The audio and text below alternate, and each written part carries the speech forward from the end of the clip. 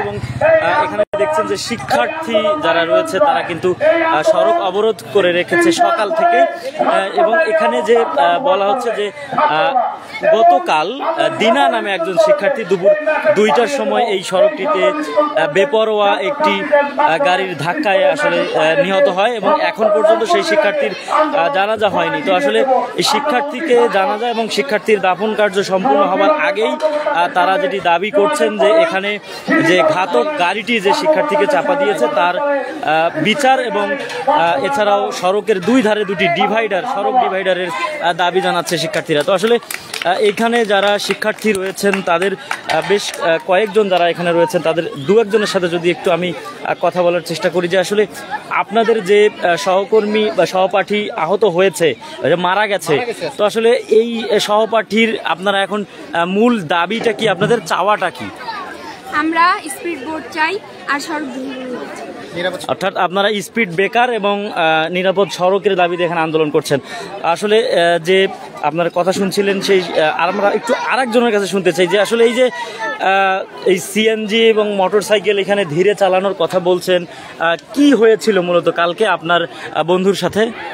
কাল দুপুর 2টার দিকে রাস্তা পার হতে গিয়ে এখানে একটা মোটরসাইকেলের চাবি হারিয়ে গেছে, কেউ যদি পেয়ে থাকেন সেখানে যোগাযোগ করুন তাড়াতাড়ি, অতি দ্রুত।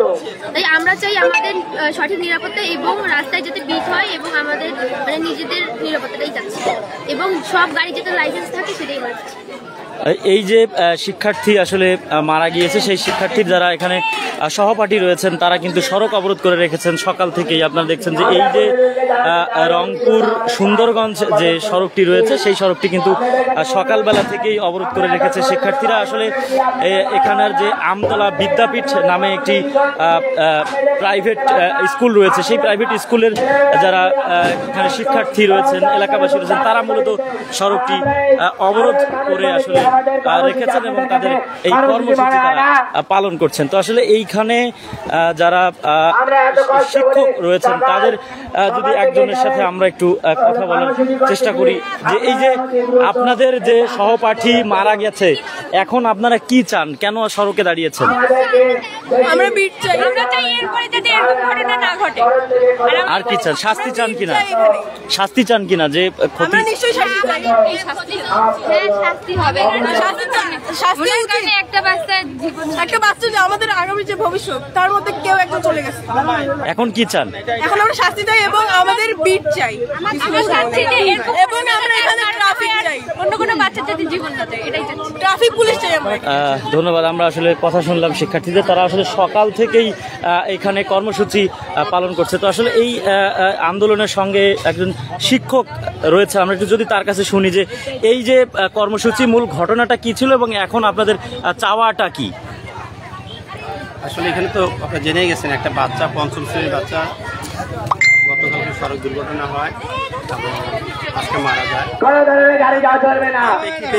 আজকে আমাদের এই ছাত্রছাত্রীরা আন্দোলন, শুধু আমাদের দাবিটা ওই স্কুল মোড়ে, বিদ্যাপীঠ মোড়ে 2টা স্পিড ব্রেকার আর এখানে হাইওয়ে একটা স্পিড ব্রেকার। এই যে শিক্ষার্থীরা কখন থেকে অবস্থান করছে এবং প্রশাসনের পক্ষ থেকে এখন পর্যন্ত কোনো আপনাদের দাবি দেওয়া মানা হয়েছে কিনা বা প্রশাসন এখন পর্যন্ত এসেছে কিনা? সকাল 10টার দিকে আমরা এখানে অবস্থান করছি, ছোট ছোট ছেলেমেয়েরা সহ। প্রশাসন থেকে আমরা ওসি, মাইনস থানা এবং এসি মহোদয় আসছে আমাদের সাথে, তারা এখনও রয়েছে। এইমাত্র একজন ইঞ্জিনিয়ার সাহেব এসছেন, উনি এসে যে কথাগুলো বলছে সেটা আমাদের কাছে সন্তোষজনক মনে হয়নি।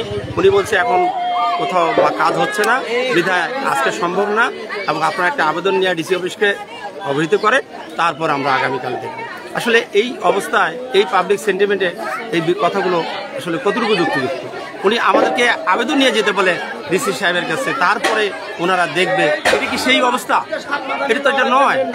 আমাদের কথা হলো আমরা আজকেই এই সমস্যার সমাধান চাই, আমরা তো বেশি কিছু চাচ্ছি না। আমরা এই কথাগুলি, আমাদের মূল বক্তব্য হলো আমরা 3টে স্পিড ব্রেকার এখানে আমরা গতি নিরোধ আমরা চাচ্ছি। এই যে প্রদীপটি নিভে গেল, যে শিক্ষার্থীটি মারা গেল, আসলে তার দোষীদের আপনারা শাস্তি চান কিনা এই বিষয়টি আসলে যদি একটু জানতে চাই। যে আসলে এই কথাগুলো তো ভাই সবখানেই আপনি শুনে, এই শাস্তি কি দেওয়ার আমার ক্ষমতা আছে? আমরা কি বাংলাদেশের এই জায়গায় কত কেউ সড়ক, এই যে যত আন্দোলন হচ্ছে নিরাপদ সড়ক চাই, এটা চাই সেটা চাই, আসলে কতটা বাস্তবায়ন হয়েছে? আমার ছোট্ট চাওয়া এই স্পিড ব্রেকার দিলে আমি খুশি।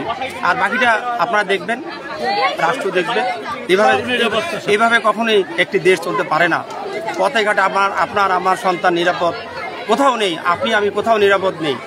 রাস্তায় শুধু অটো সিএনজি না, গাড়ি ইভেন মোটরসাইকেল সহ আমাদের জনসচেতনতা বাড়াতে হবে, এটা সকলকে এগিয়ে আসতে হবে। তা না হলে ধন্যবাদ। আমরা কথা শুনছিলাম আসলে এই আন্দোলনের যে সাথে যারা জড়িত তারা আসলে কথা বলছিলেন।